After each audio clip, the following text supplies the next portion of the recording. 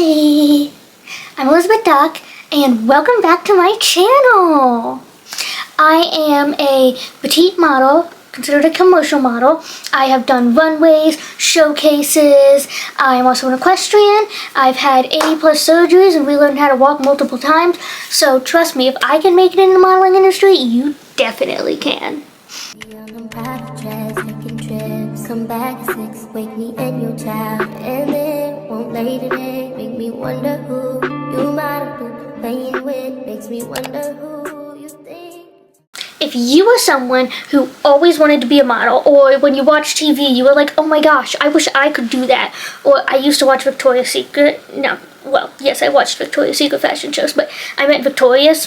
And I would watch that when I was a little kid, and I would literally perform on my bed in my room because, like, I wanted to be toy. I, like, wanted to perform on stage and everything. Like, I thought it was so cool, and I absolutely enjoyed it so much. So, like, if you were somebody like me who, like, really likes, maybe you really like taking pictures of yourself, maybe you really like making content, maybe you really like being on stage, maybe you just see them and you're like, I wish I could do that, you can. You can do that, but I understand it's hard to know where to start in this industry because they don't really give you a playbook. I mean, they technically do, but especially when it comes to modeling, there's not much of a playbook. I've tried to find modeling books. I have like maybe 3 of them at most. It is very hard to find modeling information in my opinion. Acting is a little bit easier to find information on, but still breaking into the industry is not easy at all. And I'm not going to say that you're going to be able to do it easily or that you're going to be 100% the next Taylor Swift. But I'm saying if this is something you really want to do and you're really interested in it, it's definitely worth a shot. I have been modeling for 6 years, and I officially now have an agent in Florida. And it is just so exciting. I have done multiple showcases on stage in front of 3,000 people. And it was just amazing. It's just so amazing and fun. Now don't get me wrong, it's a lot. It's a lot. But they teach you, or at least you should be taught to begin with, how to prepare for that. And that's what I really want to talk about today. I went to, the first step that I did when I told my mom I wanted to start modeling and acting. Well, she kind of already knew that because I was always interested in that, but we waited for a little bit because of my disability. My mom was worried about my surgeries getting in the way, understandably, because they got in the way of everything. But eventually there was no point waiting anymore because I was just going to keep having surgery. So by the time I was 16, I was like, no, I just want to do it. I don't care if I have to have surgery and it gets in the way, we'll figure it out. So I went to Barbizon School of Modeling and Acting in Harrisburg. There's also one in Pittsburgh if you live in Pennsylvania like I do. Well, basically, Barbizon School of Modeling and Acting, it is not an agency, it's not a management, it's a school. So basically what they do is they teach you the basics. They teach you what you need to know. They teach you what a slate is, how to do a slate, how to do the model stand before you walk down the runway, how to walk the runway, what to say in interviews, what to say in castings, how to get castings, how to get over your anxiety being on stage, how to get over your anxiety of talking in front of people, how to perform. They like teach you a lot. But the other thing is, it is always good to try to get more information in anything you want to do. So I also did drama class in high school. Now for me, my surgeries got in the way a lot for me when in school, so I only ever got to do one play because of my surgeries. And when I did that play, I had 106 fever. But I did it. Yeah, I would have loved to do more stuff with the play and stuff in drama class, but I wasn't there enough. But hopefully for you, you will be there enough. I wasn't, but I still wasn't going to let that stop me. I was going to keep trying. I also went to a college type class, SoCapa, in Virginia, and I did 2 short films there. And that was fun. It just wasn't really focused on what I wanted to do, because I want to do more of the modeling, and they didn't really focus on the modeling at all. All they did was the acting, and it's not that I don't like acting, but I like the modeling. That's what I mainly want to do. I was so nervous when I went there. I was so nervous that she wasn't going to like me anymore. I was going to do something wrong and that the photographer wouldn't like me or something, or that I wouldn't bring the right stuff. And she was so nice then and so calming and gave me a hug, and it went great. It really did. It went so great. And I really, really enjoyed it. So I totally understand that this can be scary and it can be intimidating sometimes, but that doesn't mean that you cannot do it. You can still do it. You just have to be confident or seem confident even if you're not confident. Like, portray it as well as you can.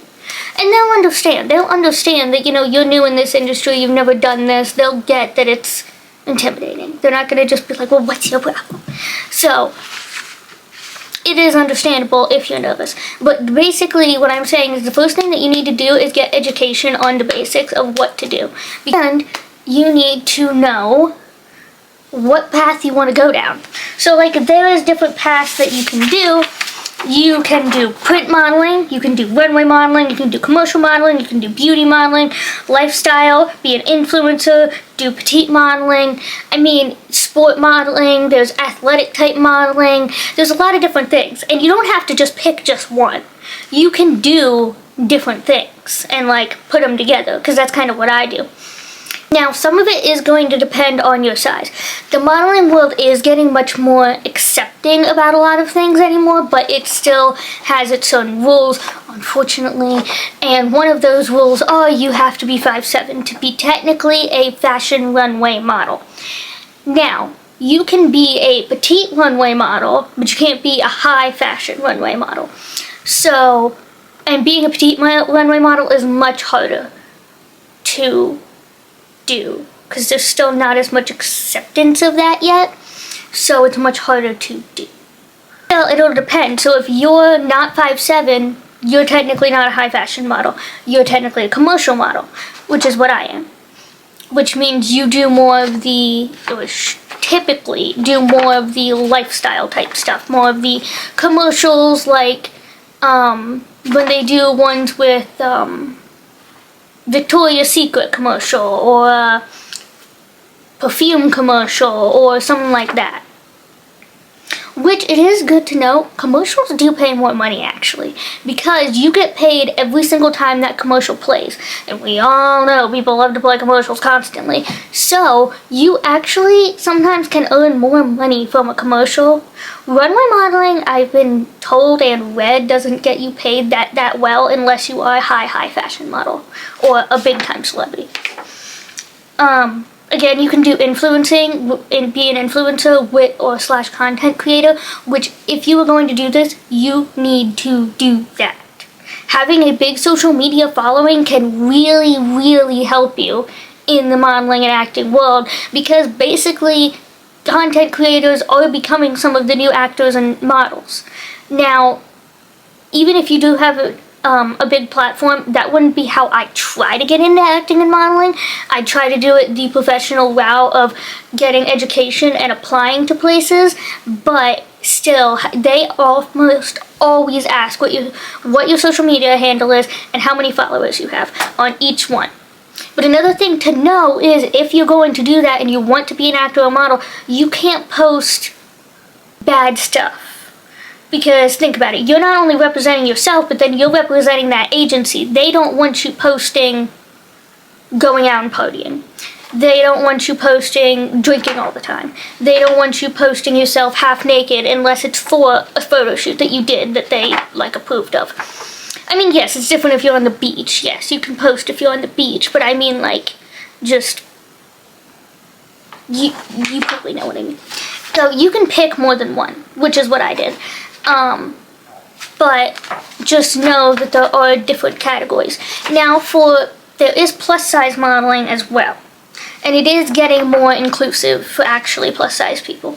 And that, you can be a high fashion model and be a plus size model if you are tall enough.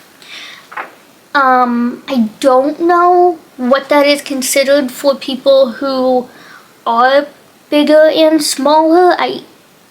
Height-wise they're smaller, but they're technically not considered petite either. I don't know. I mean, I know that they're trying to become more inclusive, but I still don't know exactly what that's called or how that works, because I was never in that, because I'm a petite model. I don't even weigh 100 pounds.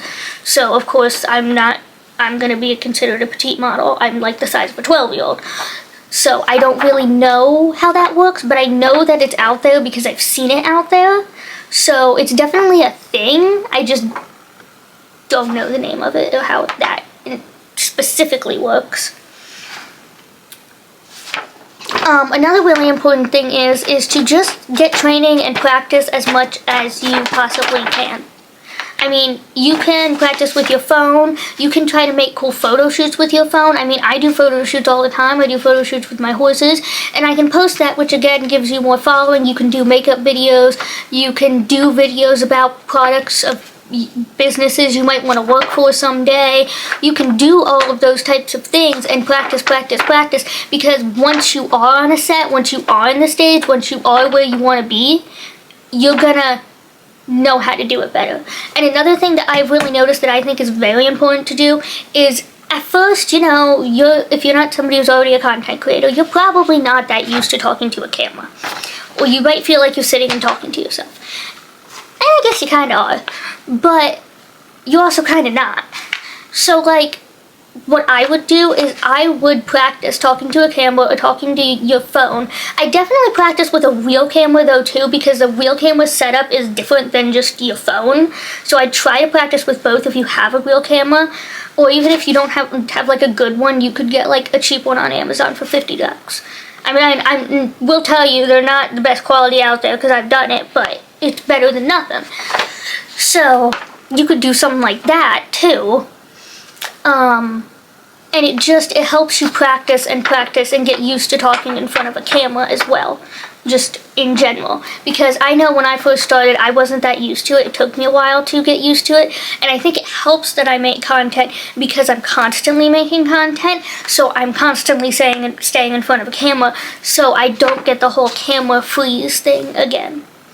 Which they will work with you at acting school about that. They will work with you about being on camera, because being on camera is completely different than being on stage.